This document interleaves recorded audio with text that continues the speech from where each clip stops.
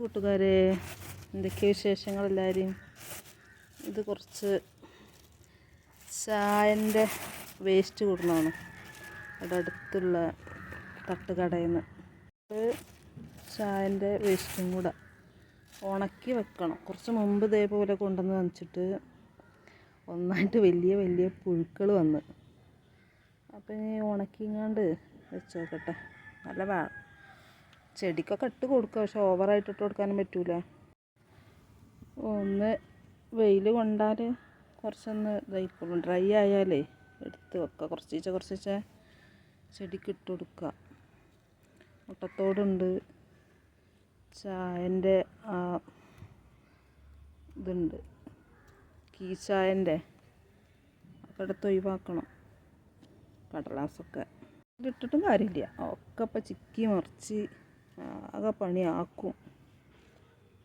റോസിൻ്റെ തൈകൾ നിറയെ മുളച്ചിട്ടുണ്ട്, ഒരുപാടുണ്ട്. ഇതൊക്കെ ഇപ്പം മഴ പെയ്തിട്ടുണ്ടെങ്കിൽ മൊത്തം കേട്ടിട്ട് ചെറിയ ചെറിയ തൈകൾ മുളച്ചത് മൊത്തം ഇപ്പം മഴ പെയ്താൽ ആകെ നശിച്ചു പോകും. ഒരു ആഴ്ച മുമ്പ് വെച്ചതാണ്, കണ്ടില്ലേ? പൂവിടൽ തുടങ്ങണുള്ളൂ കേട്ടോ. ഇവ എന്താ രസല്ലേ, അങ്ങോ അടിപൊളിയാണ്. തേൻ കുടിക്കാൻ വന്നാണ്, ഒന്നിലും തേനില്ല മഴ പെയ്തിട്ട്. കുറച്ചെടുത്ത് വെച്ച് നോക്കട്ടെ എങ്ങനെ ഉണ്ടെന്ന്. ഹാങ്ങിങ് പ്ലാന്റിലാക്കിയിട്ട് നമ്മുടെ ബിങ്കാ റോസ് ഉണ്ടാക്കുകയാണ്. മറ്റേതൊക്കെ നശിച്ചു പോകും മഴ പെയ്താലേ. കുറച്ച് വീട്ടിൻ്റെ അരുഭാഗത്തേക്കൊക്കെ വെക്കണം, ചട്ടിയിലാക്കിയിട്ട്. ചട്ടി കിട്ടിയിട്ടാണ്. കട്ട ചുവപ്പ് തൈയാണിത്.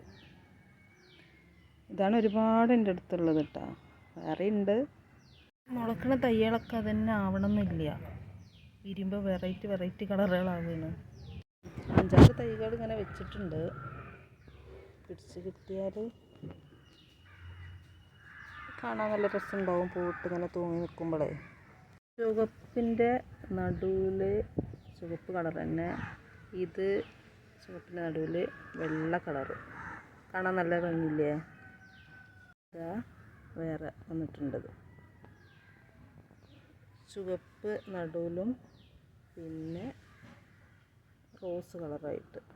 ഇത് വെള്ളമ്മ ഉള്ളിൽ ചുവപ്പ് കളറ്.